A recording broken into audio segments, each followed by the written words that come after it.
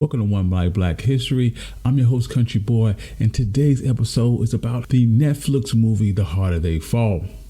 The movie assembles a cast of black actors to play legendary Western figures from across time to tell a fictional story about two rival groups, the Nat Love Gang and the Rufus Buck Gang.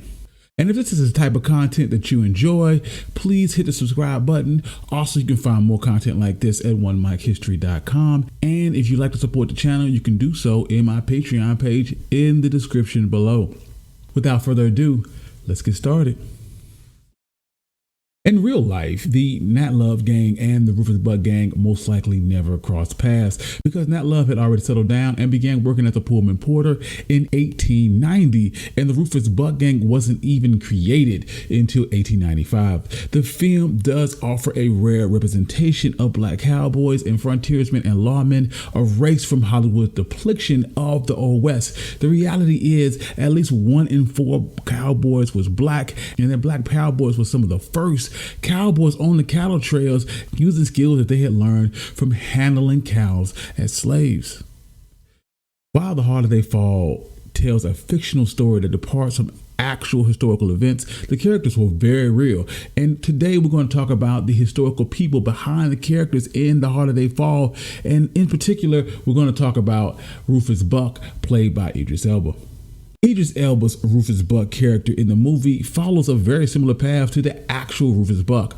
Buck in the movie was a lifelong criminal hardened by systematic racism, and he believed that through a criminal enterprise he could build a legitimate business structure that could better his community, and was willing to take ruthless means to get to that end.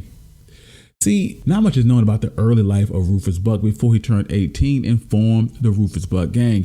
What little we do know is that he was born to a black mother and a Creek father, and the Rufus Buck Gang was an interracial gang of African Americans and Creek Native Americans. This included Sam Sampson, Muhammad Jalai, and the brothers Lewis and Lucky Davis. All of them had been arrested for minor offenses and served time in the Fort Smith jail in Arkansas before joining forces. All the members of the gang wanted to be known as famous outlaws in the Wild West. Buck allegedly boasted that his outfit would make a record that would sweep all other gangs in the territory into insignificance. So the gang started to build up a small cache of weapons while staying in Okmulgee, Oklahoma, and after killing a U.S. Marshal by the name of John Garrett, one of the few black marshals in the Indian Territory, in July 30th, 1895, the gang started holding up stores and ranches around Fort Smith area and began preying on white settlers. In one incident in particular, an elderly salesman named Callahan, who the gang had just robbed, was offered a chance to escape if he could outrun the gang. When the old man was successful in outrunning the gang brutally murdered his assistant out of frustration. Much later, the gang killed a man named Gus Chambers when he attempted to stop them from stealing horses. A few days later, they robbed a stockman who was a man that raised livestock just so they could take his clothes and his boots. They also started firing at him as he ran away butt naked. 2 days later, they raped a woman named Rosalita Hanson and forced her husband to watch. This all came to a head outside of Muskogee, Oklahoma, when the combined forces of the U.S. Deputy Marshals and the Creek Lightfoot Police began to close in on the gang.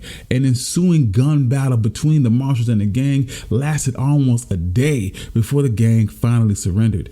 The Creek Police wanted to hold the gang in Indian Territory for trial, but eventually the U.S. Marshals prevailed. The gang was taken back to Fort Smith in Arkansas to face Judge Isaac Parker. When they were brought before the court later that year, they were convicted on rape and murder and sentenced to death. However, the verdict was appealed and the execution was delayed. In the end, though, the appeals failed and the judge re-sentenced them to death. Rufus Buck and the 4 members of his gang were executed on July 1st, 1896. The vicious robbery and murder spree only lasted a full 2 weeks. While the apparent random violence terrified the local white settlers, the violence wasn't actually that random. In 1895, there were more whites in the Indian Territory than actual Native Americans, and the Dawes Act in 1887 allowed the federal government to strip tribes of their land rights in Indian Territory so that land could be used for white settlements.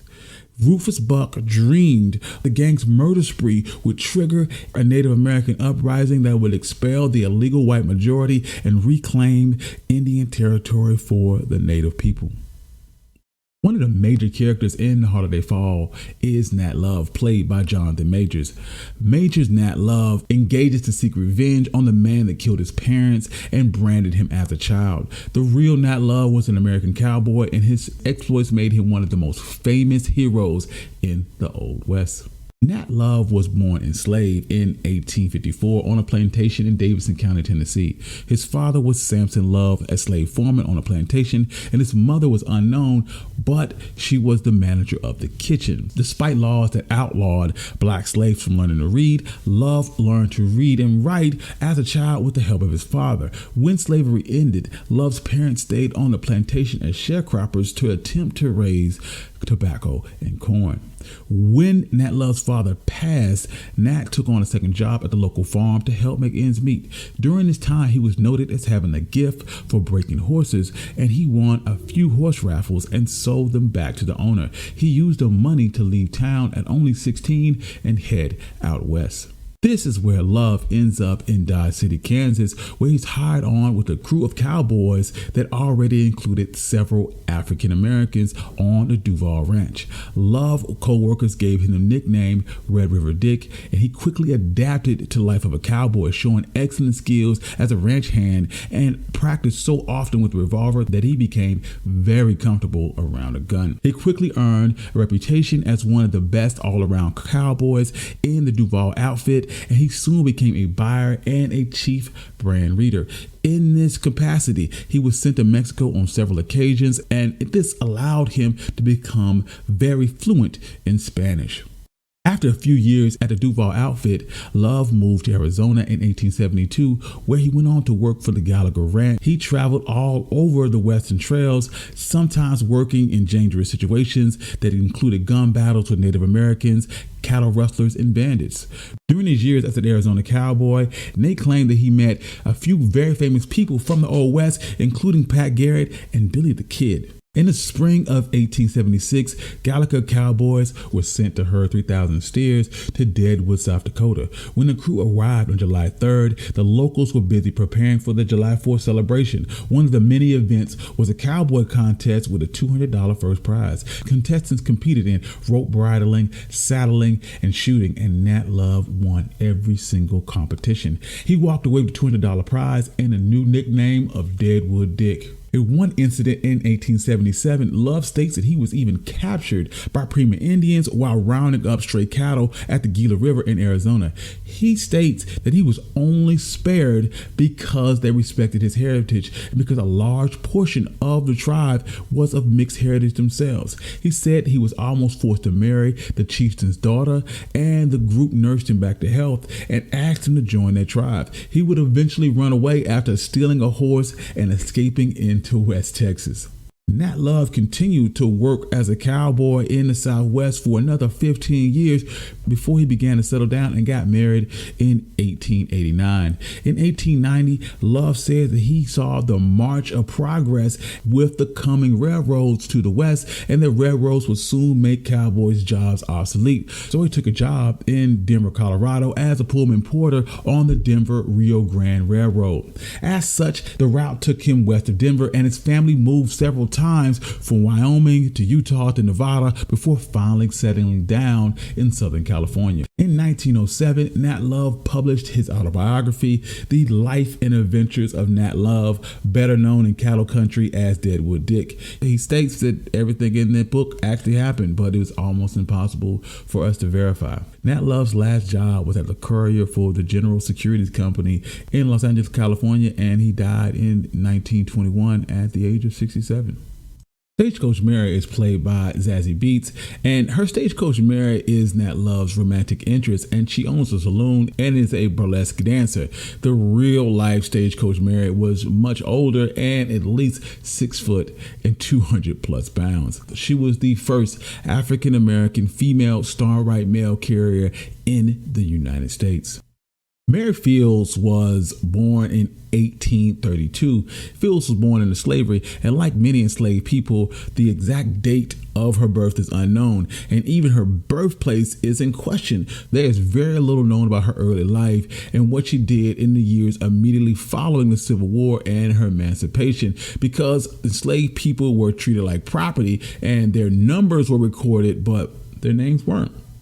So after she was freed, she went up the Mississippi River working on riverboats and acting as a servant and a laundress. In the 1870s, she became a housekeeper at the Ursuline Convent in Toledo, Ohio, where she formed a close relationship with Mother Amadeus. Fields was, like I said, 6 feet tall and more than 200 pounds, so she was capable of doing what was regarded as men's work as well as the standard housekeeping chores such as maintenance, repairs, laundry, gardening, growing vegetables, tending chickens, repairing buildings, and she eventually became the forewoman. In 1884, Mother Amadeus was sent to Montana Territory to establish a school for Native American girls at the St. Peter's Mission. Later, when Mother Amadeus was stricken with pneumonia, Fields hurried to Montana to nurse her back to health. When Mother Amadeus recovered, Fields stayed at the St. Peter's Mission, and despite her devotion to the nuns, she drank heavily in saloons with men and had a reputation of a quick temper, and apparently the nuns complained about her difficult nature.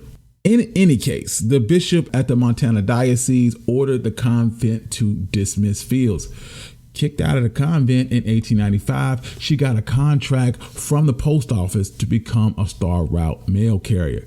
Not an actual employee of the United States Postal Service, because they didn't hire or employ mail carriers for star routes. A star route was a term used for a connection between the United States Postal Service and the contracting mail delivery services. Star route contracts were given to the lowest qualifying bid, and once a contract wasn't awarded, the contractor could either drive the route themselves, sublet the route, or hire an experienced driver. Some individuals obtained multiple star route contracts and conducted operations as a business.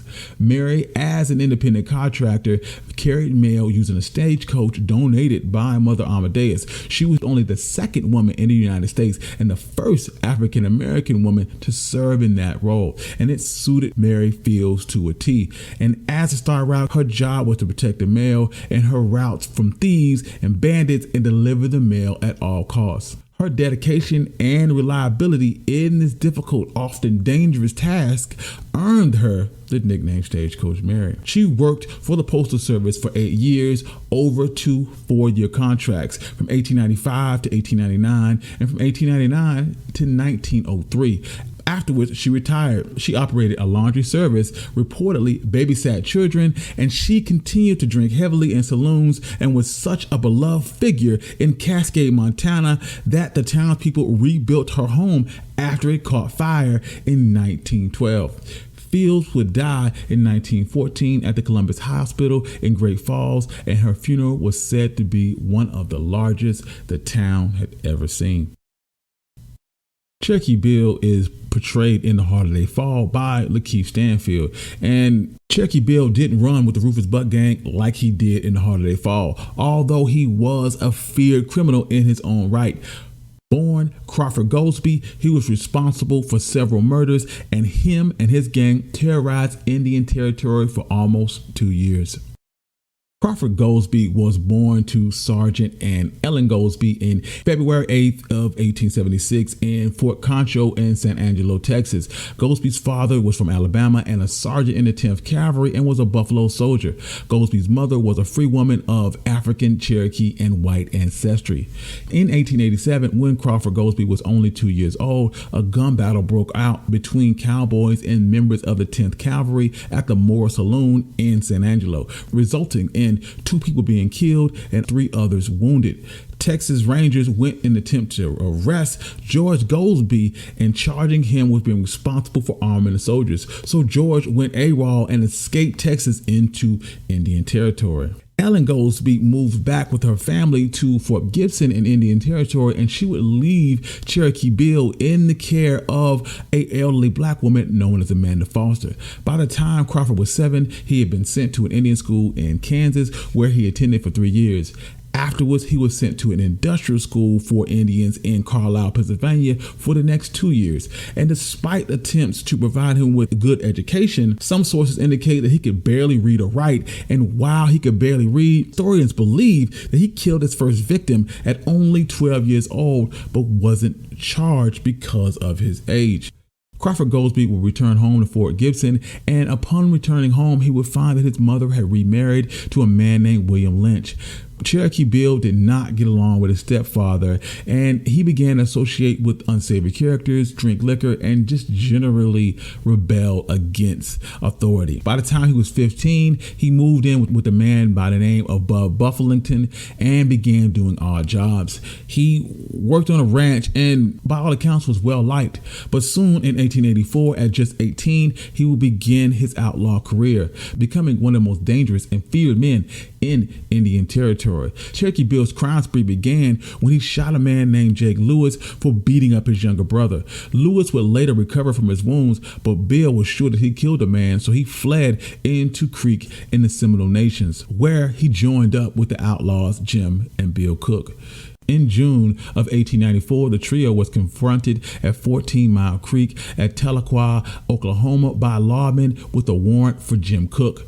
A shootout occurred and Cherokee Bill shot and killed Socorro Houston, and Jim Cook was badly wounded. The 2 men took him back to Fort Gibson, where they were forced to leave him. He was then arrested, and in the meantime, Cherokee Bill rode to his sister's home. Her name was Maud Brown, hiding from the law when her husband George Brown, who was a vicious drunk, began to beat Maud with a whip for not responding to his requests quickly enough. So Bill walked up behind the man and shot him in the back of the head, killing him instantly.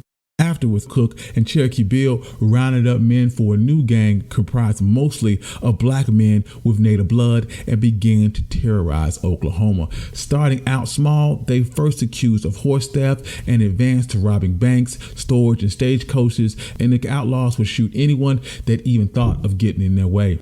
In one incident, Bill, along with several other members of the gang, rode into Tahlequah, Oklahoma, while robbing the Sheffield and Son General Store. An innocent passersby by the name of Ernest Melton heard the commotion and stuck his head inside the store just to see what was going on. His curiosity would get him killed because Bill would take his rifle and shoot the man right in the head, killing him instantly.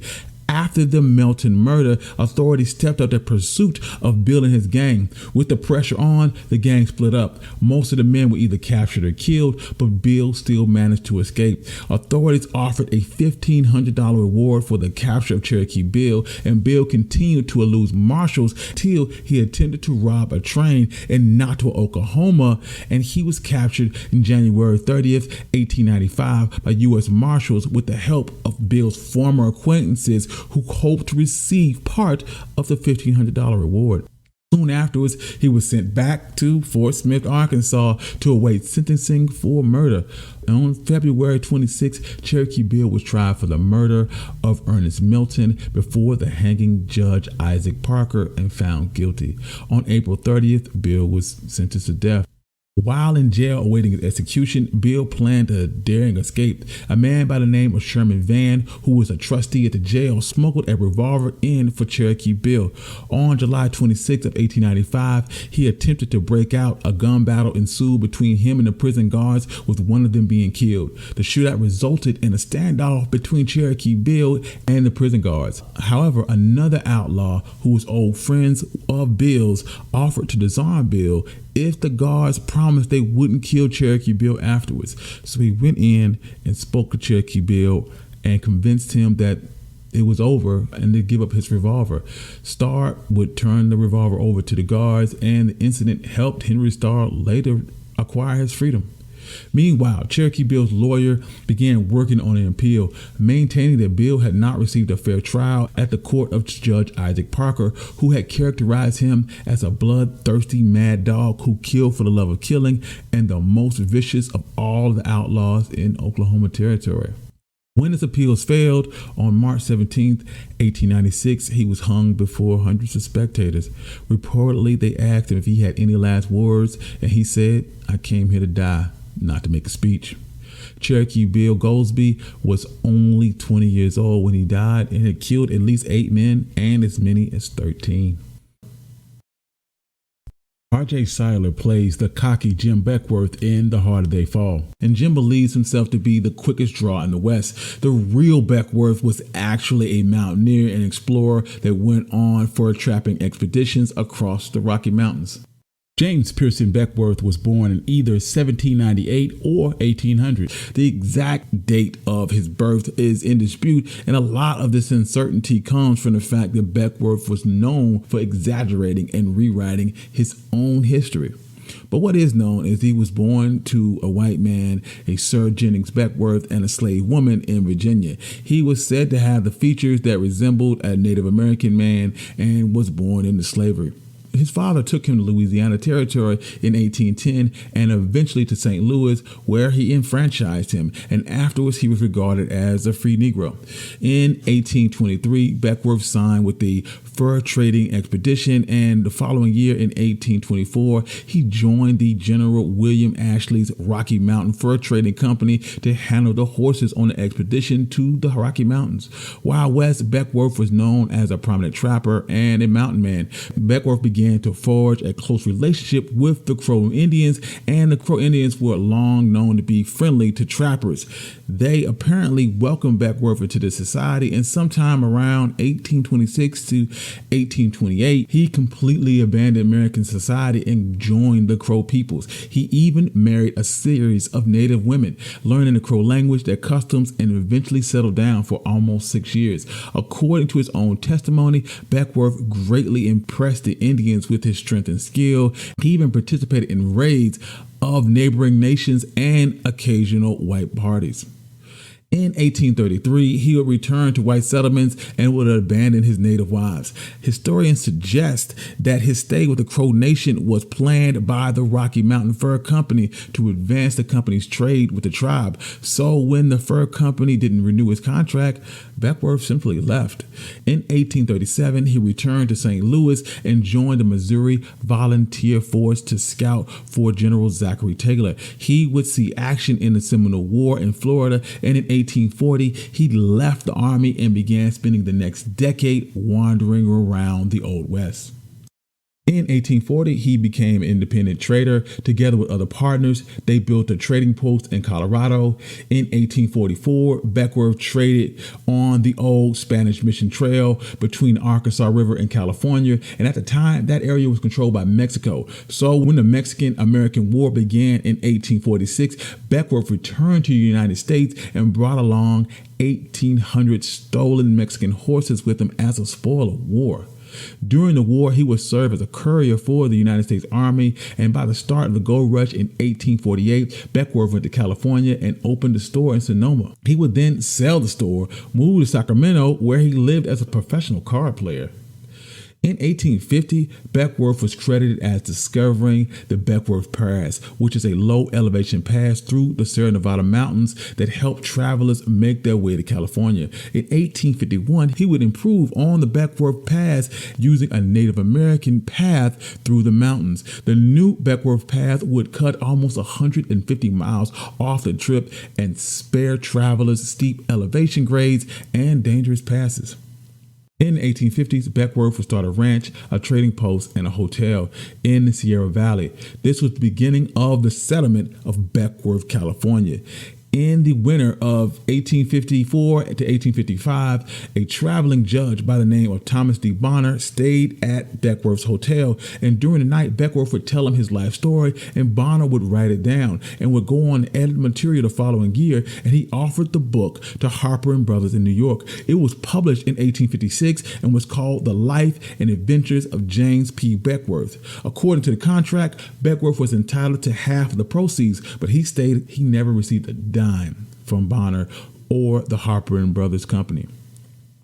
In 1859, Beckworth settled in Denver, Colorado territory and started working as a storekeeper once again. In 1864, Beckworth was a guide and interpreter used in the campaign against the Cheyenne and the Apache. He worked for the Frontier Paramilitary Volunteer Militia, who was formed to remove native inhabitants from the Colorado Territory for white settlers.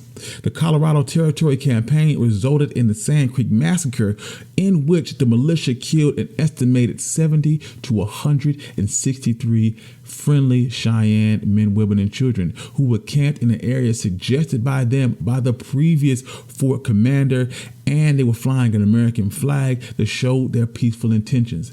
Outraged by Beckworth's association with the massacre, the Cheyenne banned all trading with Beckworth. Afterwards, he was well into his 60s, and Beckworth was said to return to trapping and abandon American society once again and return to his Crow tribe. It was not long after he passed away, and like his birth, the details around Beckworth's death are very unclear. Some accounts say that he died around 1866 or 1867 around his adopted people and was laid to rest in Crow fashion in a tree platform. Others indicate that he died in Denver in 1867, but a personal friend of Beckworth, a man by the name of William Byers, claimed that the Crow poisoned Beckworth, and the tribe said that they could no longer trust him because of his involvement in the Sand Creek Massacre, although he could produce no evidence to support this notion. Bill Pickett is played by Eddie Gatheke. The real Bill Pickett was not a sharpshooter like the movie character. The real Pickett was a cowboy, a Wild West performer, an actor, and perhaps the most famous black rodeo rider of the 20th century. Bill Pickett's actual birth year is unknown. Bill was the second of 13 children born to Thomas Jefferson Pickett, a former slave, and Mary Gilbert. Bill was of African, white, and Cherokee ancestry. His family lived in an area of Texas known as Jinks Branch Community, and the land was settled by a man named Miller, who opened up the land to other African Americans shortly after the Civil War. Bill attended the school up until the 5th grade and afterwards got a job on a ranch where he became a rider and a ranch hand. In 1888, his family moved to Taylor, Texas, and Pickett and his brothers started their own horse breaking and cowboy services. The company was known as Pickett Brothers Bronco Busting and Rough Rider Association, and the advertisements promised the catching and taming of wild cattle was their specialty. In 1890, Bill Pickett got married to Maggie Turner, a former slave and the daughter of a white Southern plantation owner, and the couple went on to have 9 children. Bill Pickett would perform at local rodeos and was known for doing tricks and stunts at county fairs. Bill Pickett's name soon became synonymous with successful rodeos. Bill Pickett with a group traveled from Texas to Arizona to Wyoming to Oklahoma. Bill Pickett invented a rodeo technique known as bulldogging, the skill of grabbing a cattle by its horns and wrestling to the ground. He developed his method based on trained bulldogs who would sometimes be used to help steer away runaway cattle. The dogs would use their teeth to clamp down on the steer's upper lip, a very sensitive area for the cattle. And once the dog snapped down on the steer's lip, the steer wouldn't move. Bill Pickett seen this happen on several occasions and thought, if a bulldog could do it, he could too. Bill practiced this stunt by riding hard, springing from his horse, wrestling the steer to the ground, and in his method for bulldog, he would bite down on the cow's lip and fall backwards. He would also go on to help teach other cowboys the technique of bulldogging, but this method would eventually fall out of favor as the sport morphed into steer wrestling in rodeos. In 1905, Pickett joined the 101 Ranch Western show that features the likes of Cherokee Bill, Phil, Will Rogers, Tom Mix, Lee Holt Gray, and Zach and Lucille Mulhall. He performed under the stage name The Dusky Demon, and Bill Pickett was a famous performer who toured all over the world. But because he was black, he was unable to appear in some places. He often was forced to claim that he was of Comanche heritage just so he could perform, and many times he was still banned. In one of his most famous incidents in 1908, while in Mexico City, Pickett wrestled a Mexican fighting bull for a grueling 7 minutes before a riotous crowd in his interpretation of bullfighting. In the early 20th century, Pickett also was the first Hollywood black cowboy. He worked with the all-black production company, the Richard E. Norman Studios, starring in The Crimson Skull in 1921 and The Bulldogger in 1922. After World War I ended, Americans' fascination with Wild West shows faded, and the 101 Ranch Show closed in 1931. In 1932, Bill Pickett was kicked in the head by a Bronco, and after a multi-day coma, he died from injuries sustained from his accident. He was buried near a 14-foot stone monument in Monument Hill in Clay County, Oklahoma. 39 years after his death in 1971, Bill Pickett was inducted into the National Rodeo Hall of Fame. He was the first African-American to receive this honor, and in 1994, he was also honored by being selected to be featured on a postage stamp. Cathay Cuffy Williams is played by Danielle Deadweiler. Cathay Williams was an African-American woman who enlisted in the United States Army under the pseudonym William Cathay, and she was the first woman to enlist in the United States Army, although as a man. Cathay Williams was born to an enslaved mother and a free father in Independence, Missouri in 1844. Although her father was free, she was technically a slave. During her adolescence, Williams worked as a house slave for the Johnson Plantation on the outskirts of Jefferson City, Missouri. In 1861, Union forces occupied Jefferson City in the early stages of the Civil War. At the time, captured slaves were officially designated as Union contraband, and many were forced to serve in the military in support roles as a cook or a laundress or as a nurse. So Williams served as an Army cook and a washerwoman in the Union Army. And in this role, she accompanied the infantry all over the country and served under General Philip Sheridan, witnessed the Red River Campaign, the Battle of Pea Ridge, and traveled with the military to Iowa, Missouri, Louisiana, and Georgia. When the Civil War was over, Congress passed an act authorizing the establishment of the first all-black units in the military in 1866. Despite a prohibition on women serving in the military, Williams enlisted for a 3-year engagement in the United States Regular Army, passing herself off as a man under the false name of William Cathay. Williams was assigned to the 38th United States Infantry Regiment, assuming she passed a medical examination. This exam should have outed her as a woman, but at the time, the Army was not requiring full exams, so she was quickly found fit for duty. On February 13, 1867, Williams was sent to Jefferson Barracks, Missouri, and a few months later, the unit marched to Fort Riley, Kansas, and then on to Fort Harker, Kansas, and next to Fort Union, New Mexico, and lastly, in October, the regiment moved to Fort Cummings, New Mexico. They were stationed there for 8 months to protect miners from Apache attack. During this time, Williams contracted smallpox and was hospitalized. Williams would rejoin her company in New Mexico, and possibly due to the effects of smallpox or the heat or the months of marching, but her body was showing signs of strain and her health was failing. She was recorded as being in 4 different hospitals on 5 separate occasions, and still, no one knew that she was a woman. It wasn't until June 6 of 1868 when the company marched to Fort Bayard, New Mexico, and on July 13th, she was admitted into Fort Bayard Hospital, this time diagnosed with neuralgia, which is a catch-all term for acute intermittent nerve pain. It was during this hospitalization that she was finally discovered as a woman.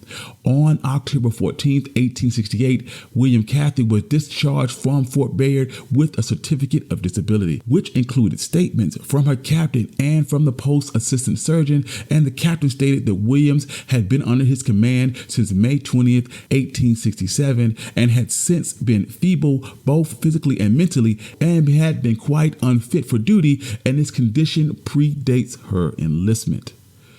Over her 2-year stint with the Army, Williams participated in regular garrison duties, but there was no record that she actually saw any direct combat while enlisted. She was honorably discharged, and her legacy is being the first and only female Buffalo soldier to serve. Following her discharge, Cathay Williams went on to work as a cook for Fort Union, New Mexico, and then moved to Pueblo, Colorado, where she got married. Their marriage ended poorly when her husband stole money and a team of horses from her. Williams had him arrested and then moved to Trinidad, Colorado, where she made a living as a laundress, as a part-time nurse, and may have owned a boarding house. It was around this time that her story first became public when a reporter from the St. Louis Daily Times heard a rumor of a female African American that had served in the Army and came to interview her. Her life in military service was published in the paper in January 2nd of 1876. Some years later, her health started failing again, and she was hospitalized in early 1890 for almost a year and a half. By the time she left the hospital, she was almost completely broke, and in June of 1891, she filed for a disability pension from the United States Army. Her application claimed that she suffered from deafness, rheumatism, and neuralgia, and that she had contracted all while she was in the military.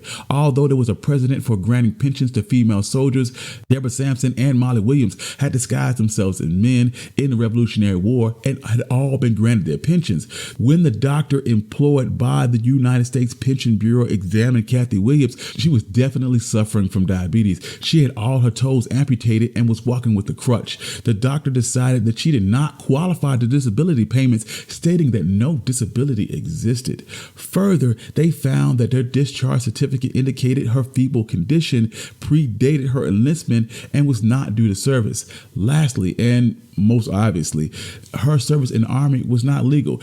Any type of pension, disability, or otherwise would thus be denied.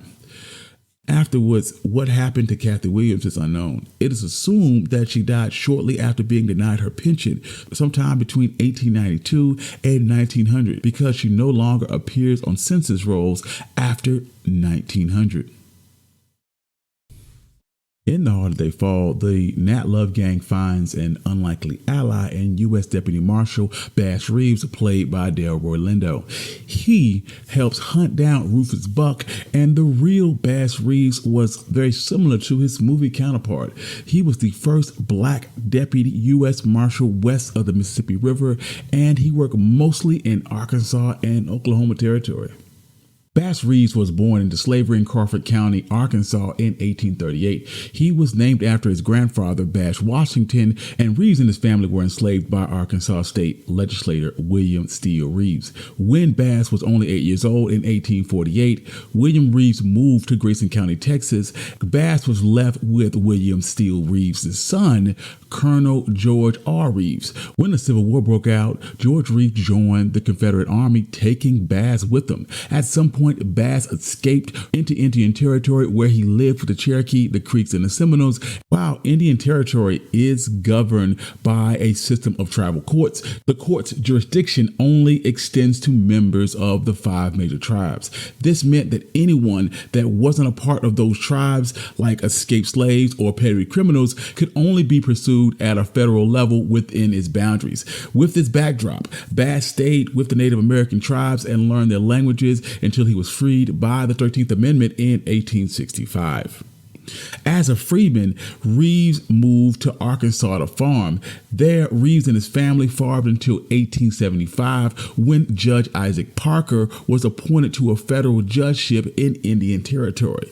Judge Parker appointed James F. Fagan as U.S. Marshal and directed him to hire 200 deputy marshals to police Indian Territory. Fagan knew about Reeves, who knew the territory and could speak several native languages. He stood at 6'2", with prolific shooting skills from his time in the Civil War, so he recruited him as a deputy. Reeves was the first black deputy to serve west of the Mississippi River, and as such, he was responsible for Native Reservation territory, and he served there until 1893, where he was transferred to the Eastern District in Paris, Texas, and in 1897, he was transferred yet again to Muskogee Federal Court in Native Territory.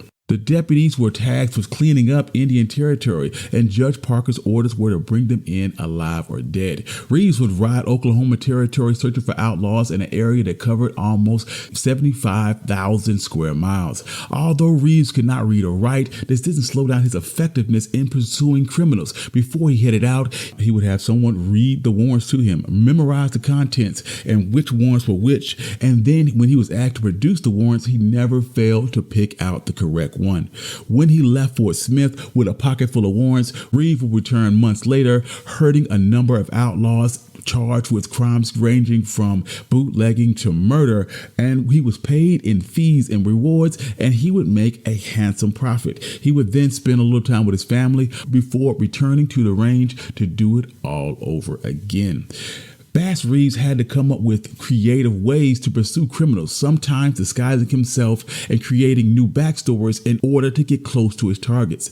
In one such incident, Bass Reeves was pursuing two brothers in the Red River Valley near the Texas border. It required Bass to study the terrain and make a plan, so he disguised himself as a beggar on the run from the authorities. He hid handcuffs, a pistol, and a badge underneath his clothes and set out walking almost 30 miles. He arrived at the home of his targets and their mother answered the door. He told her his feet ached from being pursued by a posse that had shot 3 bullets into his hat. After asking for a bite to eat, she suggested that he stay the night. Bass accepted the offer and watched the pair carefully as they drifted off to sleep.